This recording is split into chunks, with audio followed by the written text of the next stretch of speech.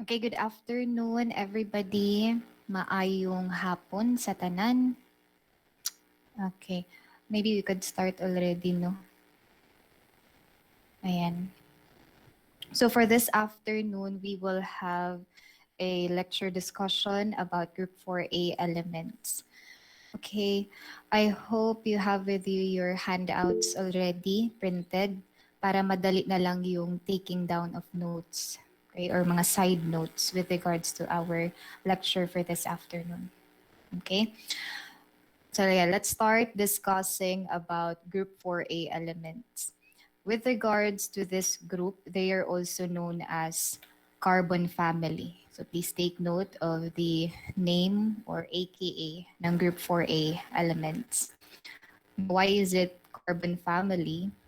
The same with boron family, the reason why it is termed as or known as carbon family, it is because the name is based on the first element on the list.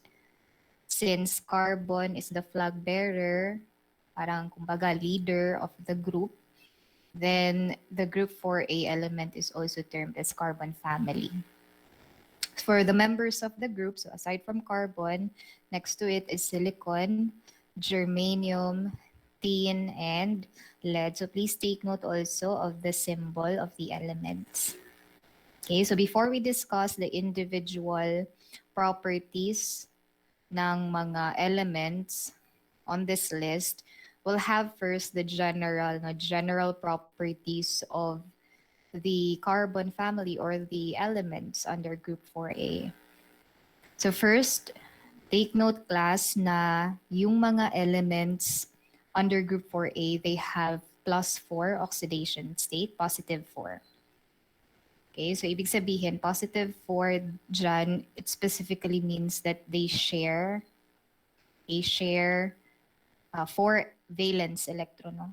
During chemical reactions, during chemical combinations.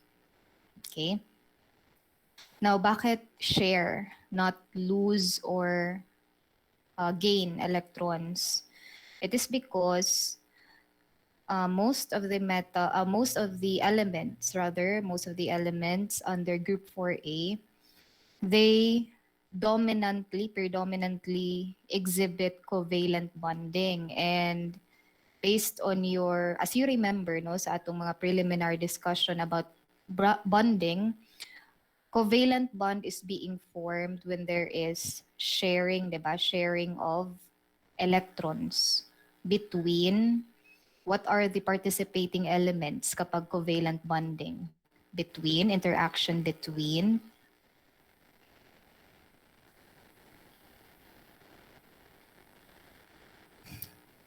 wala akong students. Do you have an idea kapag covalent bonding sa ano yung mga participating elements kapag covalent bond? Or lag ang ako ang comment section? Can you still hear me?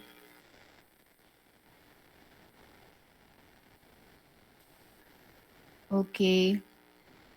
Okay, very good.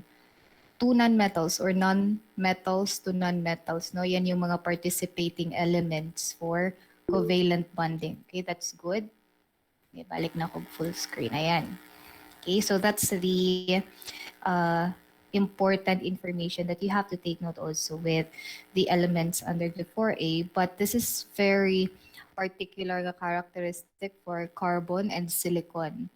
Kasi for lead for instance, this is metallic, no? Metallic in character. Now, for metallics or metals, diba? When they combine, when they interact to make their elements, to make their features stable, dili ko madunggan. Are you sure? Dili ba madungog akong tingog? For a while, ha?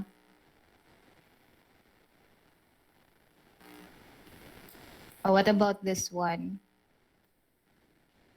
Bali?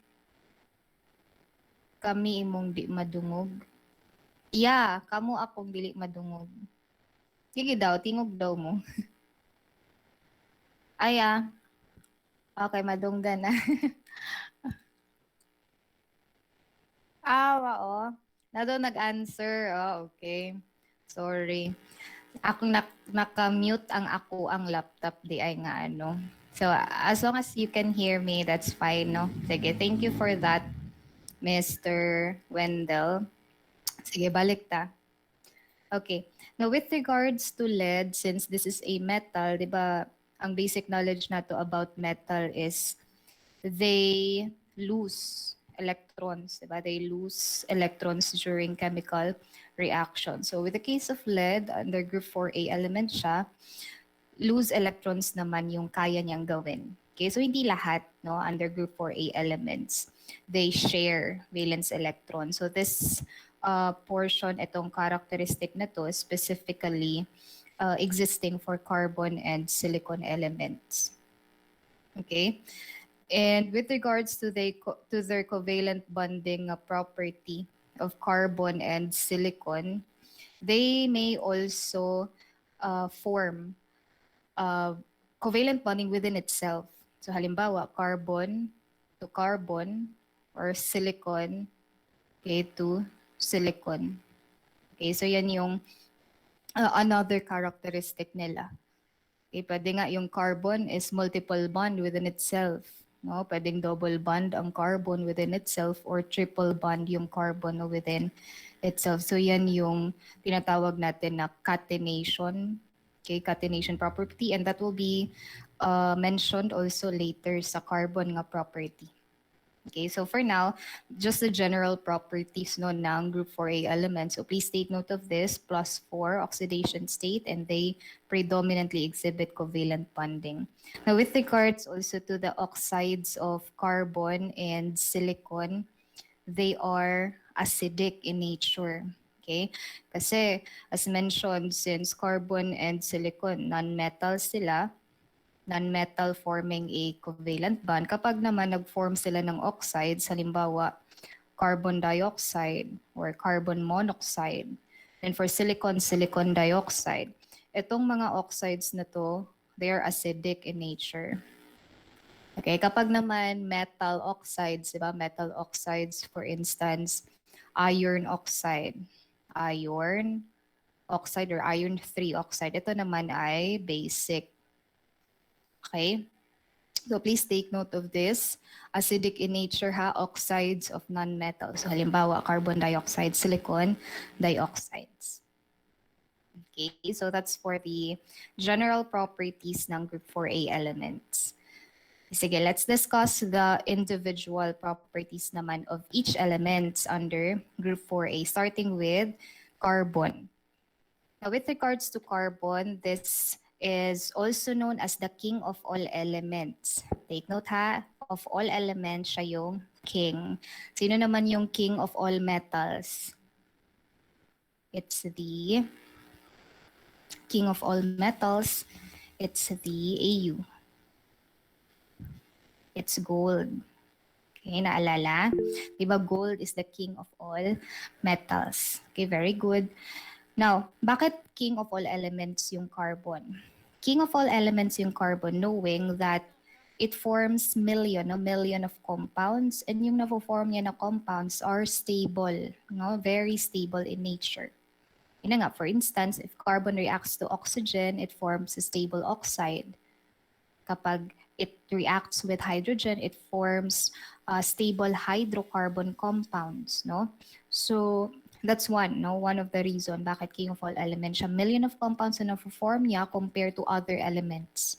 Aside from that, it's the carbon element that is the essential element of living matter.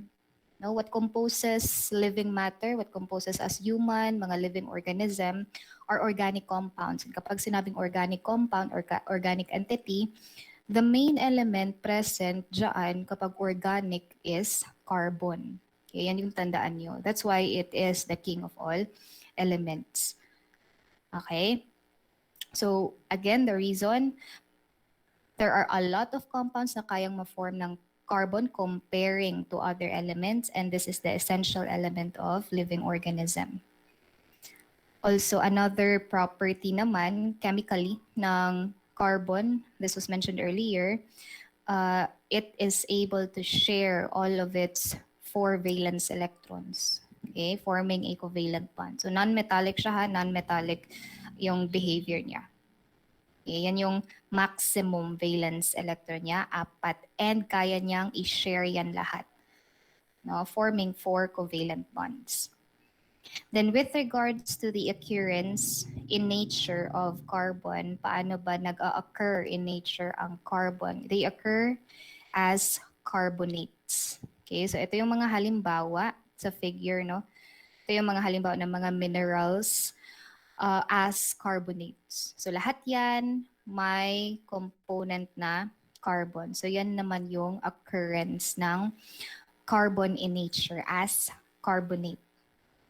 Okay? Or they may also be encountered in a form of marsh gas. Marsh gas, that is also the biogas. No, ito yung biogas. I think you're familiar already with biogas, yung methane gas. Methane gas, methane. Yan yung marsh gas. Methane is CH4. CH4. So based on its structure formula, no, chemical formula, it has carbon on it. Then carbon dioxide also, no, one of the important gases sa plants, diba? Carbon dioxide. So that could also be the occurrence ng carbon in nature. Also carbon, so na-mention naman to, if it combines with oxygen, it forms a stable carbon dioxide. Carbon dioxide is more stable than the carbon monoxide, nga form of oxide ng carbon. Okay? Then sabi dito, relatively inert at room temperature yung carbon. Ibig sabihin ng inert, yung carbon at room temperature, it do not undergo chemical reaction. Okay, do not undergo certain nga mga adverse reactions or chemical reaction. Okay, at a given set of condition, chemical reaction. So kalmado lang siya. Example, kung nasaan kayo ngayon, yung air, syempre, it has carbon dioxide on it, hindi siya nagre-react, no? Inert siya in nature, inert siya at room temperature. So that's the characteristic of carbon dioxide. Okay, next. Ito na, mention ko na to kanina, di ba? Catenation ulit. Ito yung ability, property of a carbon to form multiple bonds within itself. It could be in a chain, straight chain, or branched chain. So yan yung mga halimbawa, no? It can form multiple bonds within itself. So pwedeng double bond within itself, triple bond, or series, no? Series of straight chain, carbon to carbon to carbon bonds. Okay? Pwedeng straight chain, pwedeng cyclic, or the closed chain. So more of it will be discussed sa organic chemistry, and that will be next semester, no?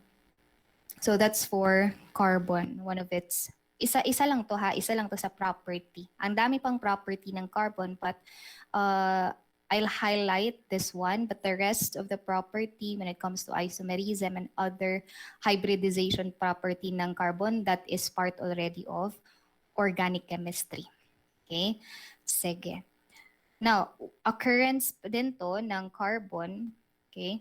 Ang carbon may be produced or may be present in various forms. Halimbawa, pwede siya present in a form of metallurgic coke. Hindi to yung coke na alam niyo yung beverage coke ha, yung metallurgic coke po to na important for steel production. Okay, so you can search no sa internet how is the process of steel production. Kailangan niya ng metallurgic coke. Okay, and this is an impure form of carbon. Impure form of carbon, so ibig sabihin meron siyang mga impurities pa. No, meron siyang impurities, and saan ba siya? Ano ba yung source niya? Yung coal would be its source, and the coal is being heated at a very high temperature. then absent yung air. Okay, that is simply to remove the volatile component sa coal. Okay, so yan yung metallurgic coke for steel production. Also, carbon may be produced in charcoal, no? Charcoal, ito yung uling, no? Kana siya, uling sa Bisaya pa. So yan yung charcoal. And how do we produce uling, di ba? We simply slowly burn carbon woods, no? Yung mga woods. Okay? With that, we can produce charcoal. And then, lamp black naman, these are, ito yun, a very fine, very small particles na mga black pigments. Okay? That is still a form of carbon. And that is obtained from carbon soot. Ano ba yung carbon soot? O halimbawa ng carbon soot would be kana bitong sa dirty kitchen kung maglungag ta sa kaldero, nya madugay bitaw ang kaldero pila na ka months, pila na ka years na mag-itom-itom ang puwetan, yung puwetan ng kaldero. Pwede na ninyo scrape na ninyo, that is already a carbon soot, no?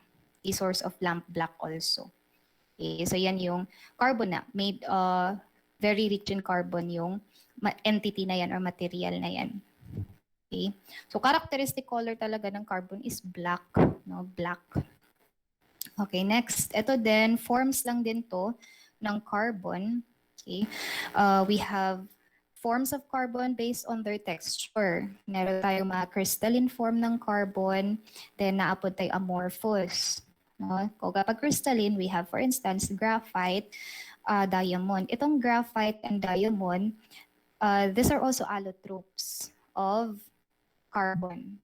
When we say allotropes, property yan ng carbon to exist in two forms or two or more different forms, but the same yung physical state nila. Diba? The same nga sila ng physical state, crystalline.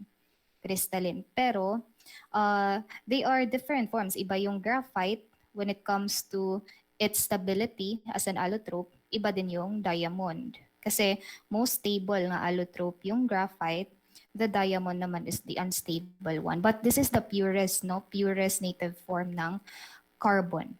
Okay, the diamond. And this is the hardest, diba? The hardest mineral known, yung diamond. Okay? With regards to graphite, yan yung present sa tip ng pencil. Okay? Yan yung isa sa mga source, no? Or pinagagamitan ng graphite. Yung tip, okay, sa pencils. Okay, yan yung graphite. Okay, so these are again crystalline forms of carbon. For the amorphous form ng carbon, for example, we have coal. Okay, yung coal and anthracite. So please take note of this. Okay, yung anthracite, okay, is the hard coal and it has 90%, 90% carbon on its component. Okay? Now, with regards to the compounds naman ng mga carbon na aaralin natin, konti lang yung aaralin natin kasi, again, yung mga carbon-containing na mga compounds will be discussed in detail sa OrgChem. Okay? So, yung idadiscuss natin ng mga compounds dito is yung mga na-mention ko na rin sa previous discussion natin. Halimbawa, yung activated charcoal. Diba? I have mentioned about activated charcoal. This is the component of universal antidote, if you could still remember. Diba? Yung activated charcoal, so ayan, this by definition, it's a very fine, very good, very fine, tasteless, no? Odorless siya, color black na powder. Okay? And that is free from gritty matter. Ayan.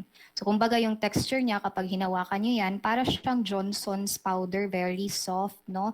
Very free talaga, free from gritty ng mga matter.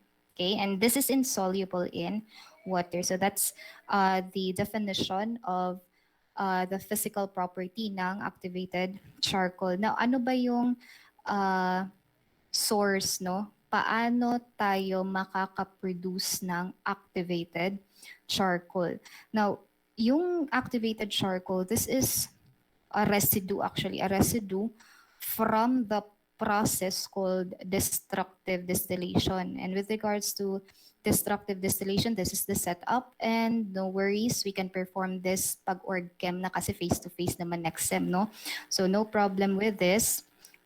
Just know for now that, just know for now nga residue siya from this process. Okay? Kumbaga product siya from this process, destructive distillation of organic material. So halimbawa, yung organic material is wood, no?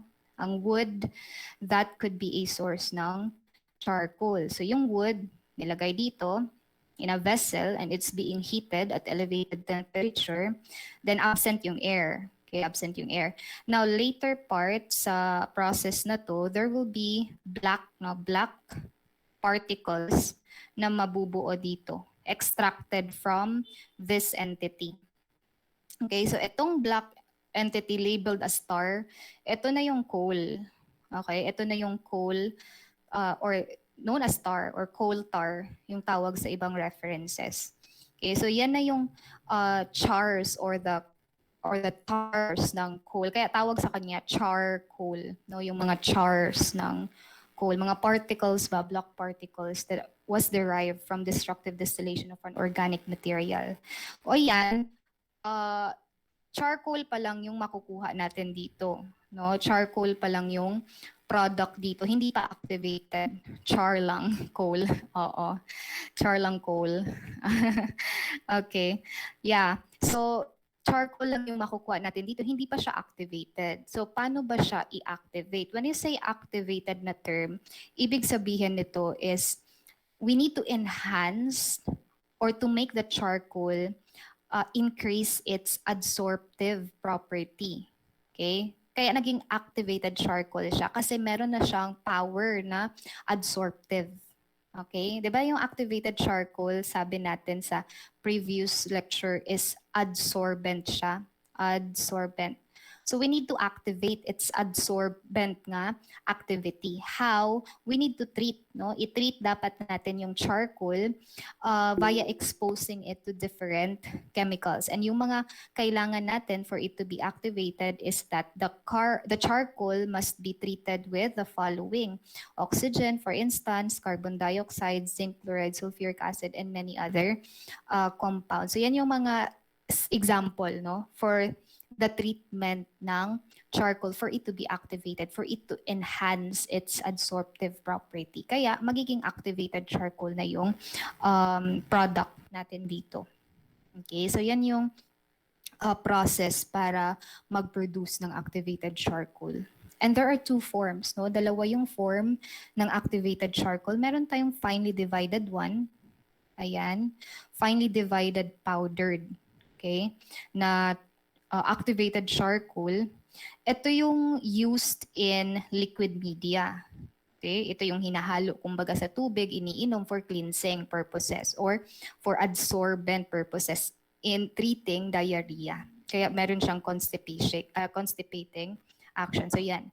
Yan yung finely, no, powdered ng activated charcoal. And I repeat the finely divided powdered ng activated charcoal, yan yung ginagamit for liquid media, yung iniinom, yung ginagamit for yung antidote.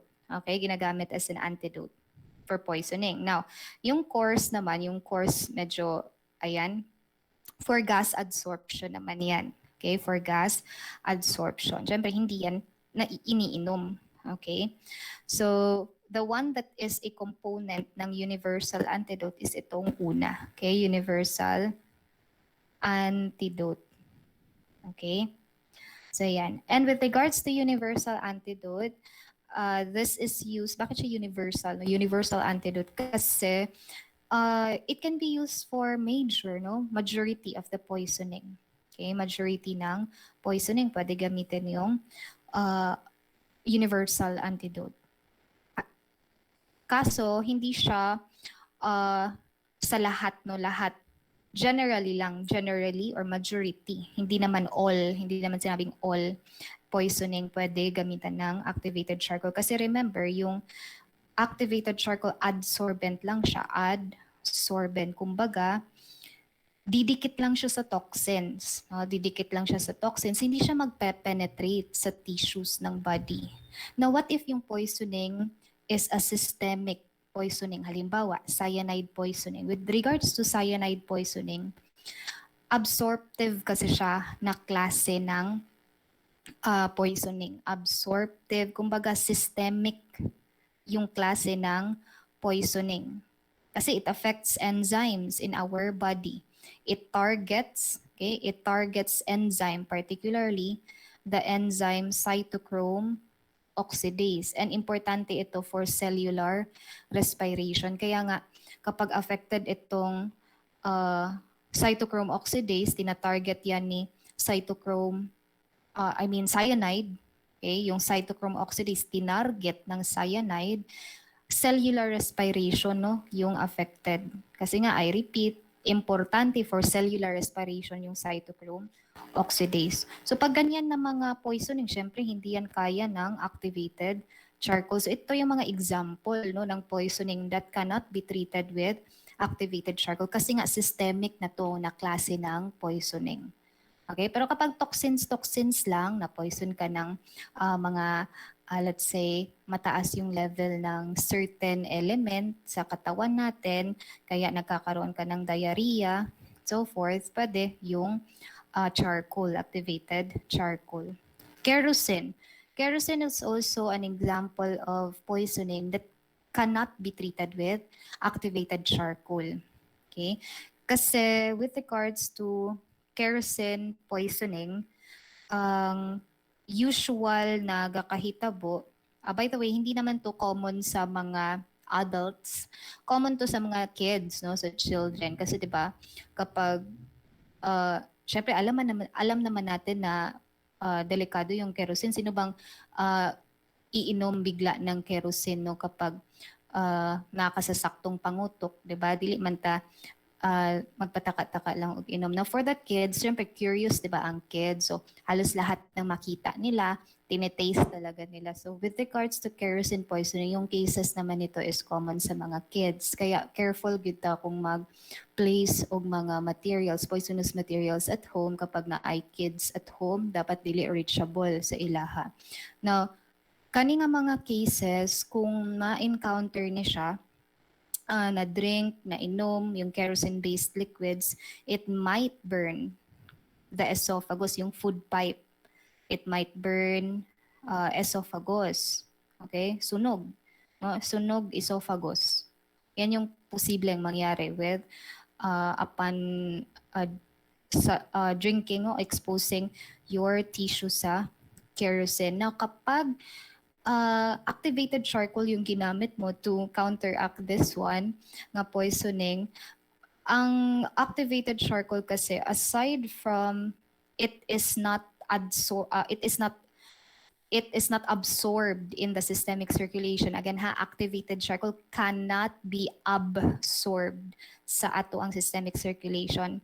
Aside from that, it causes nausea and vomiting, no? Kapag mayroong activated charcoal, this causes nausea and vomiting. Syempre, kapag mag-vomit ta, mo activate ato ang gag reflex, asa man mo agi ang ato ang isusuka, di ba, sa esophagus ra gihapon, no? So pwedeng ma-trigger na nun, ma-worsen ang burned na esophagus kapag tinrigger mo pa yung gag reflex mo upon taking activated charcoal. So hindi siya advisable. And talagang hindi nakaka-treat yung activated charcoal for this type of poisoning. Okay, so antidote for instance ng kerosene poisoning would be mineral oil, cooking oil, pwede. Kasi chemically speaking, parehas sila ng polarity. Diba? Knowing the principle of dissolution, ang kerosene kasi is non-polar. And mineral cooking oil, non-polar also. Okay, so pwedeng ma-remove out, no, ng mineral oil yung kerosene being absorbed, no, sa tissues. Okay, or cooking oil as well, pwede din. Okay, so yan yung posibleng antidote, no, for kerosene poisoning. Okay, so that's for activated charcoal. Okay, adsorbent siya, adsorbent in property ha. Please take note of that. Next, for the remaining compounds ng carbon, mga oxides lang to, mga oxides ng carbon, the carbon dioxide, and next is the carbon monoxide, and the carbides. Okay, so madali lang yung sa compounds ng carbon. Okay, so let's have carbon dioxide. This is also known as carbonic acid gas, after damp, and air. That's air, okay? Paki-correct na lang, it's air fixus. Okay, air fixus. Now, with regards to carbon dioxide, since it is a gas, and any gas no, in a hospital setting or in an industrial setting, naka-contain na sila in a particular color coding na cylinder container. Okay, kumbaga, kapag carbon dioxide, meron talagang certain na kulay ng tangke, kulay ng cylinder kung saan siya kino-contain. And for the carbon dioxide, they are contained, please take note, sa color gray nga cylinder. Halimbawa, ito, no, kulay gray nga container ang mga carbon dioxide gases. O, sa hospital setting, ano yung kulay ng tangke for oxygen gas?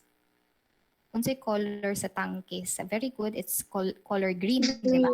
Yes, very good. So, dili gina pwede nga lain ang color no, sa oxygen tank. Kuha na gina siya protocol when it comes to color coding of the gases. So please take note of that. And later part sa mga elements, meron din tayo ma-encounter na kulay for the cylinder of other gases. So please take note of this. Oxygen green, ang kulay ng cylinder. Gray naman for carbon dioxide. Okay. Now, in pharmaceutical preparations, ang gas na carbon dioxide, it could enhance, no? It could enhance palatability of preparations. For instance, preparation of effervescent ng mga pharmaceutical, ayan, preparation, effervescent preparations, halimbawa would be Beroka, di ba? Yung Beroka, paano ba yung spelling? Isa raman yata ka-R, double C. Okay, the Beroka, and also yung energy drink ng Beroka and Fluimucil, yung para sa ubo, Fluimucil nga brand. These are all effervescent nga preparation. Okay, and merong source ng carbon dioxide present sa ani nga mga preparation, and that is I think sodium bicarbonate. Okay, yung sodium bicarbonate dyan, that is a source nila ng carbon dioxide. Kumbaga kapag dinesolve itong preparations na to sa tubig, kasi bago iniinom yung Beruca, yung Fluimucil, dinedissolve yan sa water para ma-release yung carbon dioxide. Kapag na-release na yung carbon dioxide sa tubig, that enhances now the palatability of the preparation. Okay? So that's the property also no, ng carbon dioxide. Even sa mga beverages, halimbawa yung mga soda drinks, the reason why palatable yung drinks at high pressure, yung hindi mo siya binubuksan pa, then yung unang bukas mo mula sa ref, then pag inom mo, syempre, na-release dyan yung carbon dioxide. Na-release yung carbon dioxide upon lowering the pressure. So, di ba, enhance yung palatability ng soda drinks. Pero kapag in-expose mo na yung soda drinks at room temp, binuksan mo yung mouth ng bottle, and syempre mag-evaporate na yung carbon dioxide, mawawala na yung carbon dioxide on that preparation. Kaya hindi na masyadong palatable, di ba, yung soda drink. So again, yung carbon dioxide, it really enhances palatability.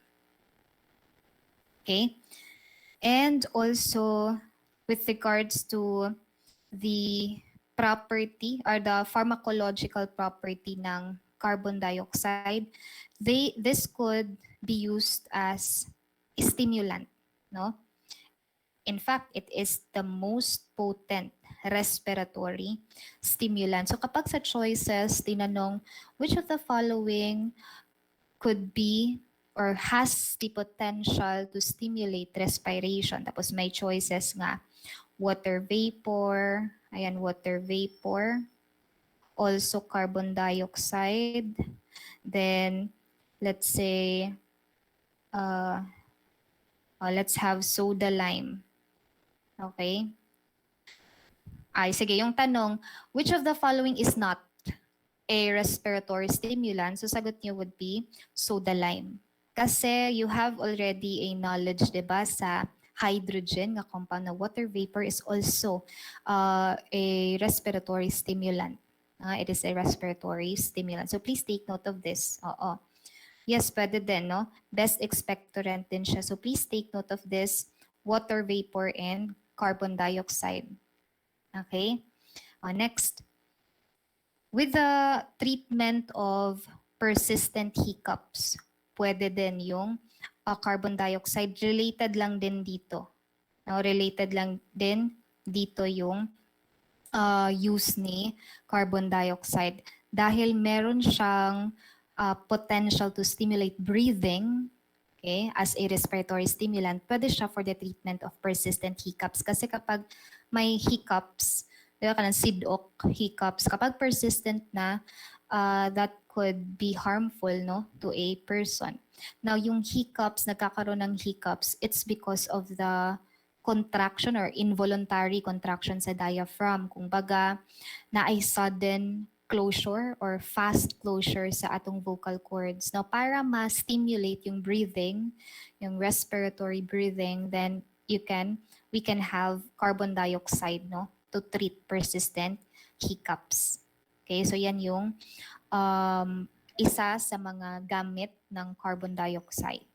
Okay, as having that respiratory stimulant property. So pwede siya for the treatment of persistent hiccups. Okay, then for the toxicity ng carbon dioxide, posible din to, no? Kapag puro carbon dioxide na yung na-inhale, suffocation. Suffocation na ani nga gas, toxicity na yan. Toxicity of carbon dioxide na supposedly dapat ina-exhale, di ba? Exhale natin yung carbon dioxide. Pero kapag na-suffocate ka na, mataas yung level ng carbon dioxide sa katawan, toxicity na yan, considered as toxicity. But good thing we have carbon dioxide absorber. We have carbon dioxide absorber. So halimbawa, soda lime and barium hydroxide. Also, please include here lithium hydroxide. Okay, lithium hydroxide. So, kapag tinanong kayo ulit, which of the following has carbon dioxide or could be used as carbon dioxide absorber? So, yan lahat. No, soda lime, barium hydroxide, lithium hydroxide. Okay, they could absorb carbon dioxide, okay, in e-material. So that's for carbon dioxide. Carbonic acid gas contained in gray container. It is the best, no, potent respiratory stimulant. Okay, next. Solid carbon dioxide naman, this is also known as dry ice. Okay, dry ice. And this is commonly used as cooling agent. No, cooling agent. Okay, kailangan yung mga cooling agent or mga refrigerant, halimbawa yung dry ice, to preserve food. Okay, or for instance, kapag ang frozen food or medical products na kailangan low temperature yung environment nila, tapos isi-ship mula from this area to malayong area, kailangan siya i-ship, dapat i-preserve, diba, nato ang kailangan nga temperature niya, which is low temp. So halimbawa ng mga medical products na kailangan ng low temp, okay, would be suppositories, for instance. Okay, example ng medical products, okay, would be suppositories. No, kapag nag-ship ng suppositories, no, from to malayo nga areas, no, far nga areas, dapat suppositories. Ayan. Suppositories. Okay? Dapat kailangan ng cooling agent, no, para ma-preserve yung yung material, no, yung substance. Kay dili siya mag-melt. Kay dali ra man gyud mo melt ang mga suppositories. So kailangan nila ng cool temperature. Okay? Or low, very low temperature. Also, meron din tayong mga carbon dioxide in the form of laser. Okay, laser lang. This is to treat acne. Okay, mga skin diseases. Okay, skin diseases like scoliosis, warts. So sa illustration na nakikita nyo, warts yung nire-remove. No? Warts yung nire-remove. Okay, so yan yung other uses din ng solid carbon dioxide. Okay, then next we have carbon monoxide. Okay, carbon monoxide is also a gas. A gas, but this is a highly poisonous gas compared to carbon dioxide. Okay? Please take note, highly poisonous. Bakit siya highly poisonous? Kasi it has 210 times greater affinity to hemoglobin. Okay? Greater yung binding capacity niya to hemoglobin. And supposedly, yung hemoglobin, it should carry oxygen. No? Dapat oxygen lang yung kinikerry niya kasi sa dugo natin, okay,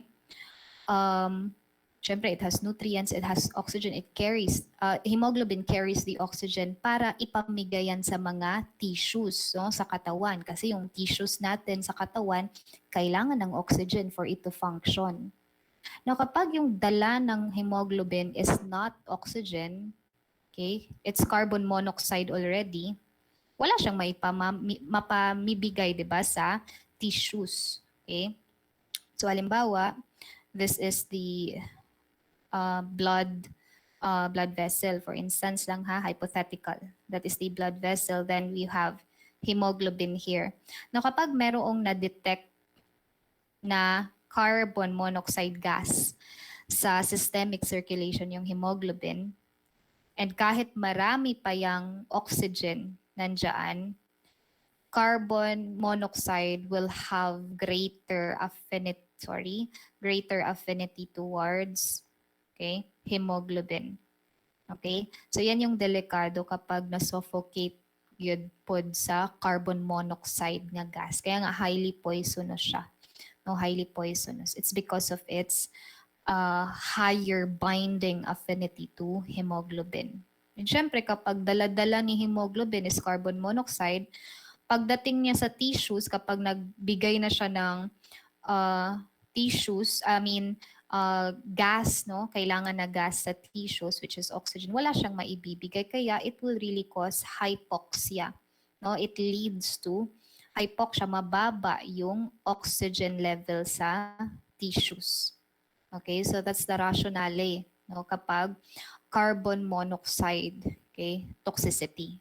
And yung major source ng carbon monoxide would be automotive exhaust, no, sa car. Okay, automotive exhaust.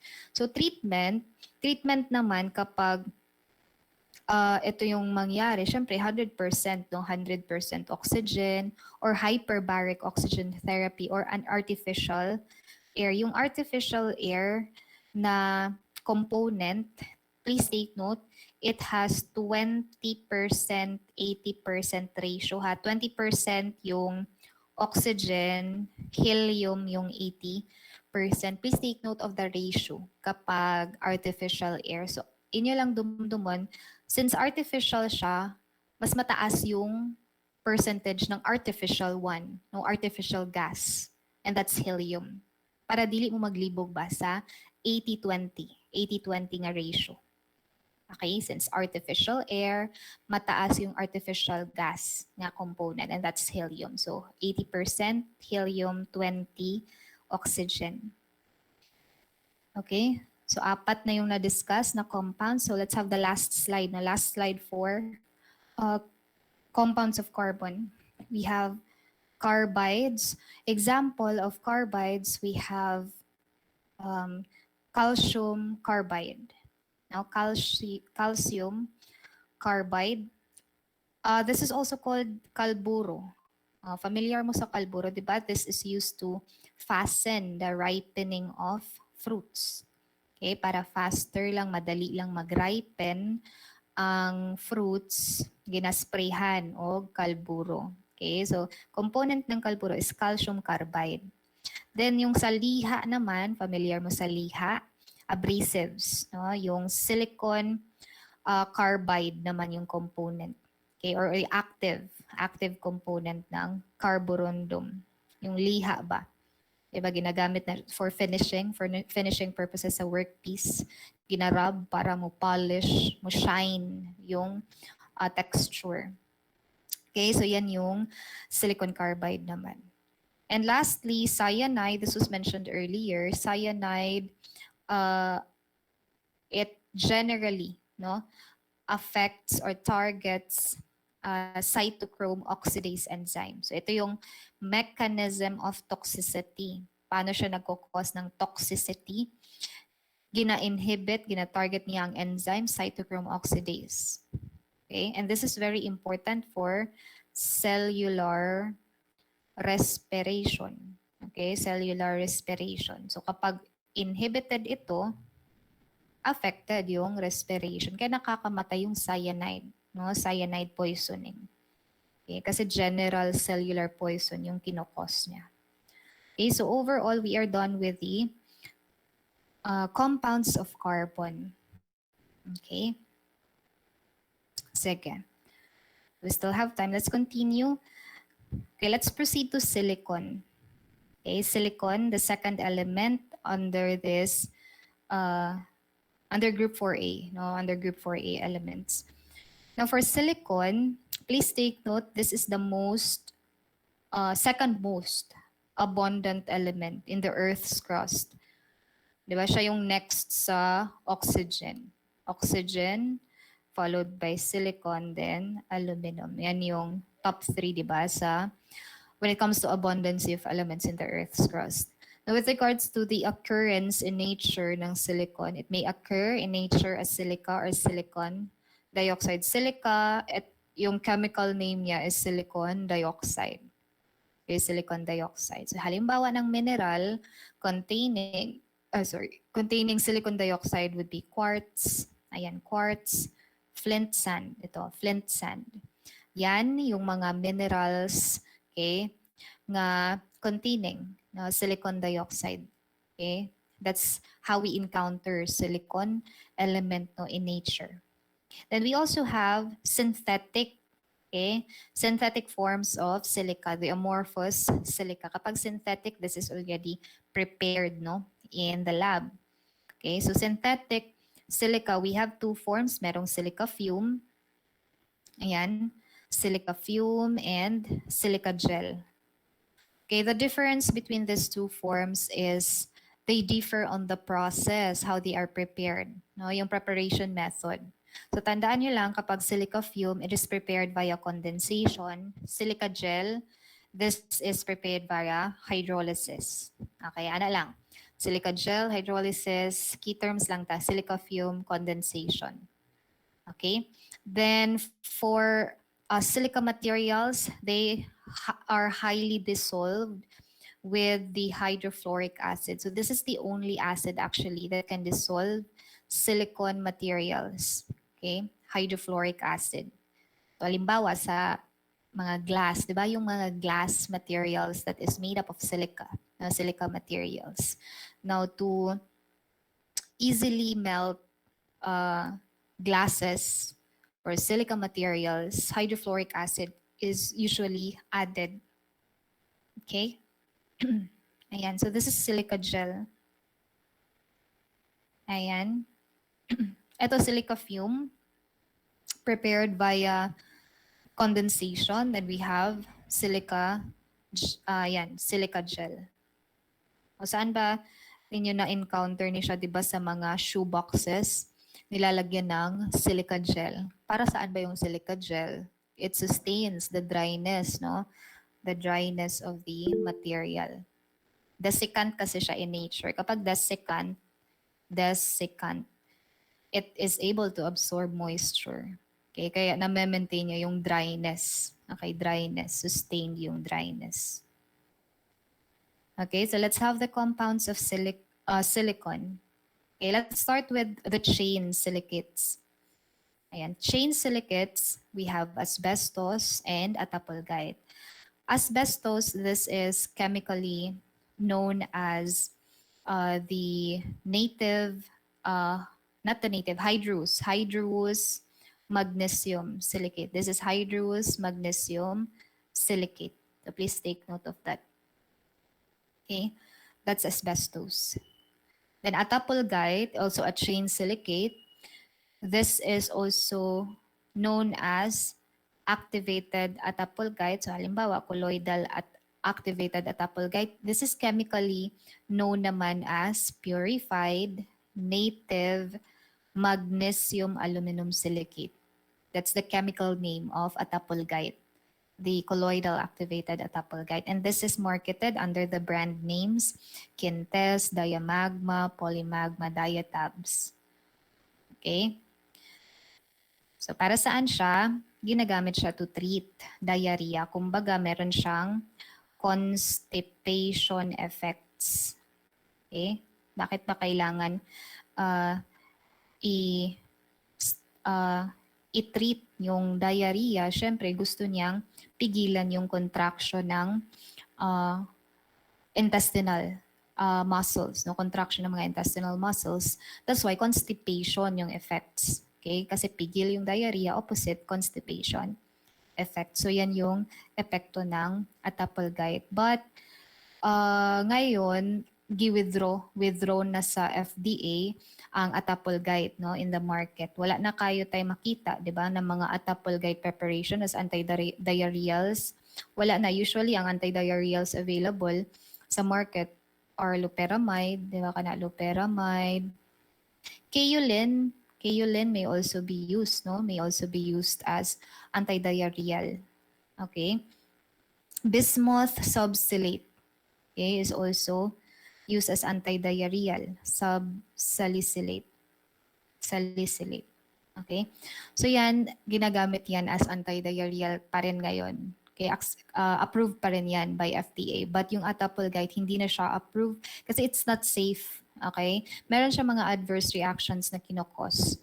Okay? So yun yung important information about attapulgite. It has been withdrawn because it's already proven nga not safe as an antidiarrheal. So please take note of that, ha? Attapulgite. Okay, so that's for the chain silicates. For layer silicates, we have two, and this were mentioned already sa previous discussion natin. Halimbawa, talc na mention sa magnesium compounds. Diba? Ito yung native hydrous magnesium silicate. Bentonite, native colloidal hydrous aluminum silicate. So please take note of the chemical names nila. Okay, take note of their chemical names. Next, we have purified siliceous earth. Okay. Please take note of the common names. No? Just remember nga mild abrasives sila. Ginagamit as mild abrasives. Okay. So ganun din, it is used to shape a workpiece through rubbing kasi it is abrasive in nature. Okay. So yan yung purified siliceous earth. Okay. Silicon dioxide, ito yung, halimbawa, silica gel. No? Silica gel. Okay? So, ito. So, ginagamit siya, di ba, as, it's absorbent, ha? Paki-change. It's absorbent. Letter B. It's not add. It's absorbent. Kaya nga, di ba, meron siyang a desiccant property, no? Desiccant. Okay, kaya niyang mag-absorb ng moisture, okay, sustaining the dryness of the material. Okay, so this is also known as silica, flint, sand. With regards to toxicity ng silicon dioxide, this is known as silicosis. Ang silicosis, this is a respiratory condition. Kumbaga, itong toxicity na to, yung affected is the lungs. Okay, kapag na-inhaled, too much inhalation ng silica dust, okay, affected yung lungs. Okay? Pwedeng magkaroon ng scar, okay, sa tissues ng lungs. Kaya nga yung manifestation kapag may silicosis, kapag umubo yung pasyente, may blood, Okay, kapag umubo yung pasyente, may blood. Ano yung similar nga respiratory condition na pag umubo ka, may blood? Familiar ba kayo? Sa other condition na, okay, very good. It's TB, no? Tuberculosis. Kaya nga yung silicosis, this is also similar. Similar to TB, signs and symptoms. Okay? So that's the characteristic naman ng silicosis. Okay, similar siya to TB nga condition. Yung manifestation niya ba? Okay, nagkakaroon kasi ng, ang sulat ko dito ha, positive sa hemoptysis. Paano ba yung spelling? Kapag hemoptysis, meron ng presence, di ba, of blood sa septum. Nagkakaroon na ng spitting of blood. Okay, so yan yung sa silicosis. Okay, then antidote would be aluminum oxide. Kasi yung aluminum oxide, it can coat. No? Kaya niyang i-coat yung silica particles being absorbed. Okay, being absorbed. So pwede yung aluminum oxide para ma-excrete siya. After coating silica particles, it will then be excreted sa circulation natin. Okay, so done with silicon dioxide. Next, we have silicon. This would be the last for silicon compounds. No? So madali lang yung mga compounds kasi konti-konti lang, 6, 5 yung compounds. Unlike sa sodium, di ba? Grabe itong sodium o potassium, tag 30 ang ilang mga compounds. So ito, medyo hinga-hinga lang gamay. Okay, so silicons, example dito would be dimethicon, simethicon. Okay, so na-mention ko naman yung simethicon, di ba? Sa compounds under magnesium. Component siya ng mga anong klaseng gamot? Mga, saan siya letter A. It starts with letter A. Yeah, anong klaseng drug classification? Okay, tama. Okay, component siya ng antacids. Okay, very good. Component siya ng antacids. Diba yung antacids, yes, meron siyang aluminum hydroxide. Halimbawa, may magnesium hydroxide. And simethicon is also part of it. And ano yung use ng simethicon? Anti-flatulent. Diba? Or also known as anti-gas. Ano pa? Anti-foaming. No? Anti-foaming agent. So, ibig sabihin lang po ng mga terms na yan, kaya niyang mag-release ng gas. Kanang bloated kay ka, okay? Bloated masyado, then i-release niya yung mga excess gas, okay, sa colon. Okay, so yan yung ibig sabihin ng anti-foaming, anti-flatulent agents. So, simethicon, dimethicon, both of this are present sa mga antacids. So, halimbawa, si dimethicon, present siya sa brand na Semico. Okay? And then for simethicon, okay, simethicon, present siya sa Maalox Plus. It's Maalox Plus and yung kreml is plain. Okay, yung plain ha, yung kulay pink. Kasi yung kulay blue na kreml S, yung kreml S advanced, wala na yung simethicon. Okay, so be familiar with the generic names of the drugs. Okay, and its uses. Okay, so ngayon alam niyo na ano yung use ni simethicon sa mga preparations ng antacids. Anti-flatulent siya. Okay, then ito naman, isa lang tong mineral, no? Mineral. It is the most common rock. This is also known as feldspar, the potassium aluminum silicate. Okay, so we're done with the compounds of silicon. Ay, naapa di ay. Okay, last na lang. Wala pa di ay. Okay, naapa. Last ang glass. Ayan. So before na ako mo i-end. Okay, so sabi na ko humana.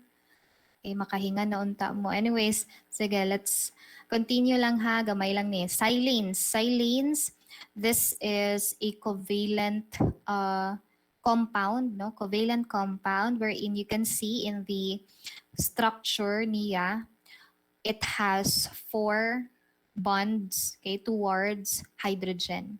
Okay, yan yung silanes. Then lastly, we have glass. So I have mentioned earlier, yung glass is technically, no, it is made up of silica materials. Now, when we define glass, this is a term, no, used to identify vitreous silicate material, and that is prepared, take note, by fusing pure silica with bases. Halimbawa, you have a pure silica with sodium carbonate and calcium carbonate. Now, when we talk about glass, di ba iba-iba yung characteristic ng mga glass? Merong mga transparent glass, merong amber-colored glass, merong glass na maliit. Ayan, may glass na pwedeng mag-expand kung i-heat mo siya, and so forth. Now, that characteristics of glasses is actually due to the added na mga entities or added na mga substances on it. And we have certain substance that could modify, that could modify the appearance and the characteristics of glasses. So these are the main nga mga components ng glasses. So halimbawa, manganese dioxide. Ang manganese dioxide in a glass, please take note, it masks the blue-green color of the iron. Okay? It masks the blue-green color of iron. Whereas ang boron naman or borate, it's being added to decrease the coefficient expansion of glass. Kaya nga, meron tayong mga glasses nga kapag hinit siya, hindi siya nag-e-expand, hindi siya nagko-contract, okay? Hindi siya lumiliit, hindi din siya ume-expand kasi dinedecrease ni boron or borate yung coefficient of expansion ng glasses. Okay? Kaya hindi siya nag-e-expand. Okay? Potassium naman, this renders light resistance property sa glass. Kaya meron tayong mga amber-colored glass. That is because of the potassium component ng glasses. Ito yung nagpapakulay brown. Kaya meron tayong glass amber, ambered color glass, color brown nga glasses. Di ba? Ingani usually sa mga tambal, okay, nga na ang color. With that, light resistant ang property sa glass ana. Kasi meron tayong mga preparation ng liquids or solution nga dili dapat sila ma-expose sa light kay ma-unstable yung preparation nila. Di ba natin mga light resistant? Okay? That is to maintain also the stability ng preparation. So dapat i-place sila sa light resistant na mga glasses. So potassium ang important nga component that renders light resistance. And finally, lead. This increases the refractive index of a glass. So napod tayo mga colorless kung titingnan. Okay, colorless kung titingnan yung glass, pero light resistant yung glass na yan kasi merong lead present in it. Increase niya ang refractive index. Kumbaga, mubandara ang light. Okay, kung ma-expose na lang ang bottle, mubanda mo, refract lang ang light.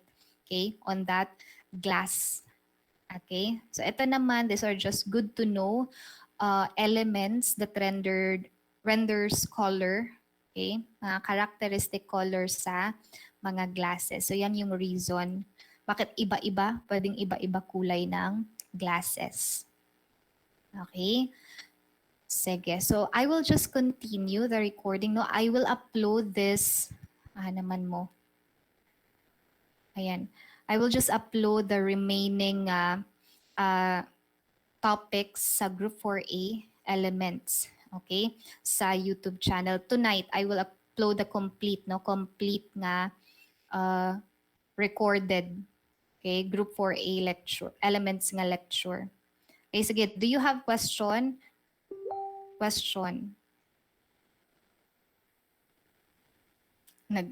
Nag-exceed og 6 minutes. Sige, pasensya na, may 6 minutes nga. Sige, I'll see you next week again, no? Next week naman ulit, group 6 naman, groups, Group 5A pa pala, group 5A elements. Kasi taman man siya 8A. So, busy man, kaayo no, daghan kay tag-activity, so na-delay tagamay, no? Sige lang, kayang-kaya. Okay? Sige, thank you everyone for joining. I hope you have learned something, no, this afternoon. I'll see you again next meeting on Monday, no, on Monday. Okay, so bye everybody. Thank you. Thank you, ma'am. Thank you, ma'am. Thank you, ma'am. Thank you, ma'am. Bye-bye. Thank you. Bye, ma'am. Bye. Bye-bye.